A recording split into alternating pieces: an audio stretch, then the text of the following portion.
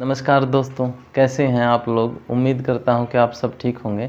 दोस्तों, आजकल social media पे बाढ़ आई हुई है किस चीज़ की कि कोई कहता है कि गांव में रहना ठीक है या कोई कहता है कि शहर में रहना ठीक है। लेकिन सच्चाई बात तो ये है कि जिस तरह से कोई दवाई किसी पहले आदमी को ठीक कर सकती है, ज़रूरी नहीं है कि वही दवाई किसी दूसरे आदमी को भी दें तो वो भी ठीक हो जाए।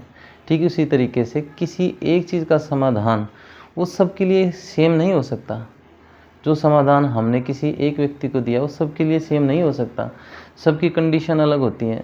सबके जो एक चारों तरफ की उनकी जो माहौल है, जो उनकी परिस्थितियां हैं, वो अलग अलग हो सकती हैं। तो ऐसा नहीं कह सकते कि गांव में रहना ही बढ़िया है और शहर में रहना ख़राब है। ना ये कह सकते कि शहर में रहना बढ़िया है और गांव में रहना ख़राब है। अपनी अपनी सबकी कंडीशन है। लेकिन मैं एक बात ज़रूर कहना चाहूँगा कि हर आदमी का अपना एक थॉट प्रोसेस होता है किसी भी चीज़ को लेकर के, और हर आदमी की जो कंडीशन है वो अलग होती है, तो उसके हिसाब से उसका थॉट प्रोसेस बनता है। जैसे मैं अपना ही उदाहरण ले लेता हूँ। मैं कोई कंसल्टेंट नहीं हूँ कि जो मैं बता रहा हूँ यूट्यूब पे आकर के ज्ञान झाड़ रहा हूँ कि कहाँ रहना चाहिए और कहाँ नहीं रहना चाहिए। मैं तो अपने हिसाब से ये बता रहा हूँ कि जैसे मेरी परिस्थितियाँ रही कि मुझे गांव छोड़ करके सिटी के अंदर जाना पड़ा, ठीक उसी तरीके से और भी बहुत सारे लोग हैं जिनको गांव छोड़ करके सिटी के अंदर आना चाहिए। अब क्यों चाहिए, उन कुछ पॉइंट्स पर मैं बताना चाहूँगा। जिनके पास ज़मीनें हैं, जिनके पास खेत खलियान हैं, बाग बगीचे हैं, जिसके पास लैंड है, कुल मिला के एग्रीकल्चर लैंड जिनके पास में है, वो गांव में रहो शौक से, कोई दिक्कत नहीं है। उनके पास तो एक इनकम सोर्स भी है अच्छा खासा, क्योंकि आजकल ज़मीनों में ऐसी बात नहीं है, उनकी भावताव भी बहुत है और 50 तरह की इनकम जनरेट की जा सकती है। लेकिन जिनके पास ज़मीनें नहीं है वो क्या करेंगे गांव में। मैं उन्हीं लोगों को ये बताना चाहूँगा कि जिन लोगों के पास में अपनी ज़मीनें गांव में नहीं हैं, तो पहली फुर्सत में, हाँ मैं ठीक कह रहा हूँ, पहली फुर्सत में गांव को छोड़ दें, क्योंकि आपके लिए गांव में कुछ नहीं रखा है। जिनके पास ज़मीनें उनकी तो मजबूरी है, वो कहाँ जाएंगे छोड़ के। लेकिन जिनके पास ज़मीनें नहीं हैं, कोई वहाँ पे उनके पास रोज़गार नहीं है, अगर उनके पास कुछ छोटा मोटा स्किल है भी तो लिमिटेड सी इनकम होती है गांव में। जो उसने स्किल सीखा है, जो भी उसके पास स्किल है, अगर उसने वो सीखा हुआ है तो गांव में उसके पास लिमिटेड ऑप्शन है। लेकिन वही बंदा अगर सिटी में जा कर के शिफ्ट होता है, भले ही शुरुआत में उसको रेंट पे रहना पड़े, लेकिन वो वहाँ पे अपने स्किल का अच्छा वैल्यू ले सकता है, उसको एक अच्छी इनकम सोर्स बना सकता है उसी स्किल से, जिससे वो गांव में गुजारा भी नहीं कर पा रहा था। तो सिटी के अंदर आकर के ये फ़ायदे भी हैं। ठीक है। दूसरी बात यह है कि इधर उधर की आलतू फालतू की चीज़ों से आदमी बचेगा। गांव में मैंने क्या महसूस किया कि गांव में आप जब रहते हो तो ज़्यादातर जो आदमी हैं, जो आपके आस के पड़ोस के हैं, वो कहीं ना कहीं टाइम बहुत ख़राब करते हैं।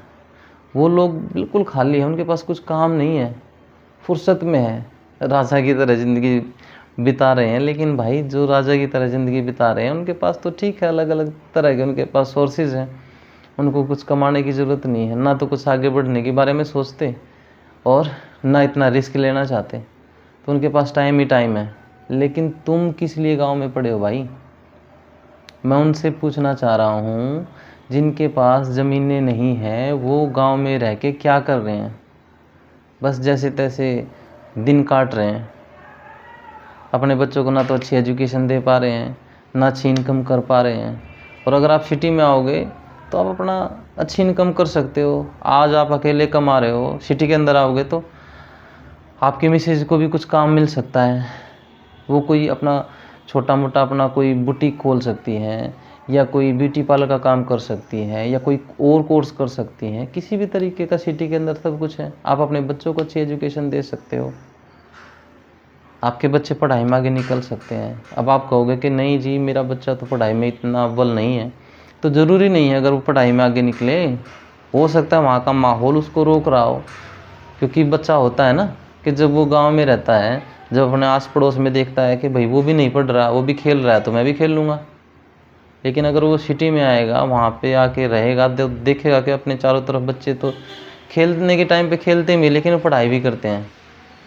तो हो सकता है उनके माहौल में रह के वो समझ जाए और वो पढ़ाई में निकल जाए। जाहिर सी बात है, कुछ पढ़ेगा तो आगे उसका कुछ ना कुछ ज़िंदगी में अच्छा हो ही जाएगा। लेकिन मैं बात करता हूँ ख़राब से ख़राब कंडीशन। ख़राब से ख़राब कंडीशन क्या कि अगर वो पढ़ाई में नहीं भी निकलता, क्योंकि वो कहते हैं कि ईश्वर ने हर व्यक्ति को, हर बच्चे को कुछ खास प्रतिभा के साथ भेजा है। किसी को वेस्ट नहीं भेजता इस धरती पे। अगर वो आज है तो कुछ खास प्रतिभा उसके अंदर है। बात ये है कि बच्चा तो खुद अपनी प्रतिभा नहीं पहचान पाता, तो उसके माँ बाप को ही उसकी प्रतिभा पहचाननी पड़ेगी। तो मेरे कहने का मतलब है, अगर पढ़ाई में नहीं निकलता, हो सकता है किसी स्पोर्ट्स में आगे निकल जाए, हो सकता है ना। आप तो उसके भाग्य विधाता तो नहीं हो सकते कि आपने सोच लिया कि मैं तो उसको पढ़ाई में ही आगे निकालूंगा। हो सकता है बच्चे का दिमाग उतना पढ़ाई में ना चले और स्पोर्ट्स में वो धूम मचा दे, लेकिन गांव में तो उसकी वो प्रतिभा भी दब करके रह जाएगी। तो 100 बातों की बात यही है दोस्तों कि सभी समाधान किसी एक व्यक्ति के लिए एक जैसे नहीं हो सकते। जो समाधान मेरे लिए सही है वो किसी दूसरे के लिए गलत भी हो सकता है। तो ठीक इसी तरीके से अगर किसी के पास ज़मीनें हैं तो गांव में रहो, नहीं तो अगर ज़िंदगी में कामयाब होना चाहते हो, मैं उन्हीं लोअर क्लास और मिडिल क्लास लोगों से कहना चाहता हूँ, अगर ज़िंदगी में कामयाब होना चाहते हो तो स्ट्रगल तो करनी पड़ेगी। और किसी बुज़ुर्ग ने कहा है कि एक पीढ़ी को तो खपना पड़ता है। अगर आप चाहते हैं कि ऐसे ही हमारे बाप दादा चले गए, हम भी चले जाएंगे, जाहिर सी बात है, बड़े चले गए, आप भी जाने की सोच रहे हो तो बच्चे भी ऐसे ही चले जाएंगे। लेकिन अगर आप चाहते हैं कि मैं कुछ करूं, तो कुछ करने की शुरुआत आपको ही करनी पड़ेगी। आपके ज़रूरी नहीं आपके बच्चे ही करें। आज आप जा कर के उनको अच्छा माहौल दोगे, अच्छी एजुकेशन दोगे, अच्छी परवरिश दोगे, तो वो आगे कुछ ना कुछ अच्छा कर जाएंगे, ताकि आगे आने वाली पुश्तें सुधर जाएं। स्ट्रगल तो करना पड़ेगा ना।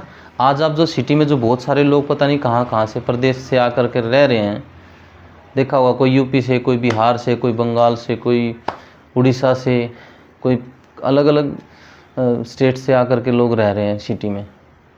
और वो आए थे क्या, अकेले मियाँ बीवी आए थे या एक दो बच्चा उनके पास में, छोटे बच्चे थे, वो आए थे, लेकिन उस टाइम पे उनके पास में कोई सोर्स था ही नहीं।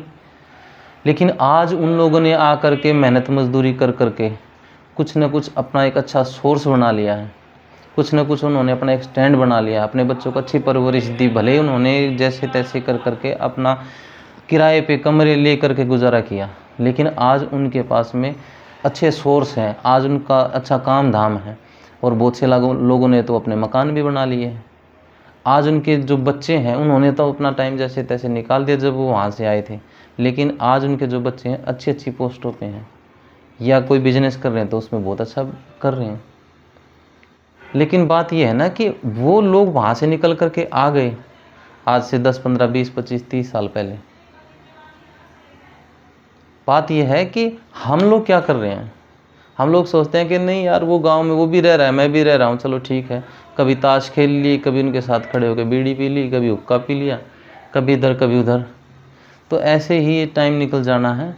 अगर आपको अपनी ज़िंदगी में कामयाब होना है तो सबसे बड़ी बात तो ये है कि आपको अपनी कर्म भूमि चुननी पड़ेगी कि मुझे कहाँ रहना है, कहाँ रह कर के मुझे मेहनत करनी है।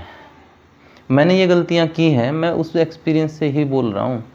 मैं ये नहीं है कि मैं किसी को शिक्षा दे रहा हूँ, पर मैं उस एक्सपीरियंस के भी आप पे बोल रहा हूँ। मैंने बहुत गलतियाँ की है जीवन में, मैं इसीलिए बता रहा हूँ।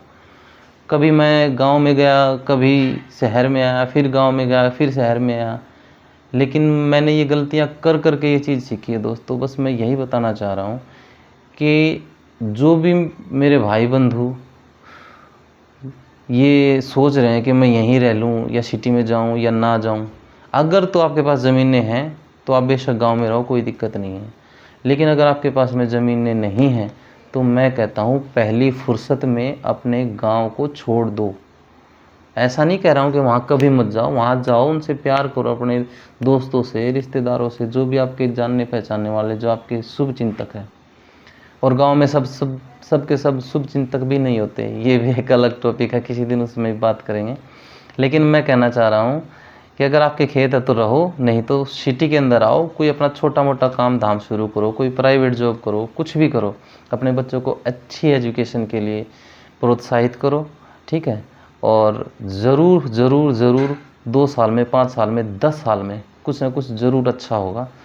और आप जब पीछे मुड़ के देखोगे ना, तो आपको एक प्राउड फील होगा, और आपके बच्चे भी कहेंगे कि हाँ, मेरी माँ ने, मेरे पिताजी ने, दोनों ने मिल करके जो डिसीज़न लिया था वो बहुत अच्छा लिया था। रिश्तेदार, दोस्त भी उसी के साथ खड़े होते हैं जो कामयाब होता है।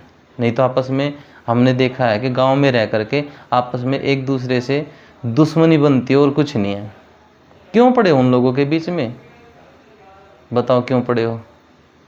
जब आपका वहाँ कुछ नहीं हो रहा, वो कहते हैं ना, एक बड़े बुजुर्ग कहते हैं कि भूखा मरना और ऐश करना, वो तो गांव में तो वही है। जब तुम्हारे पास कुछ सोर्सेज ही नहीं है, निकलो यार बाहर, मेहनत करो।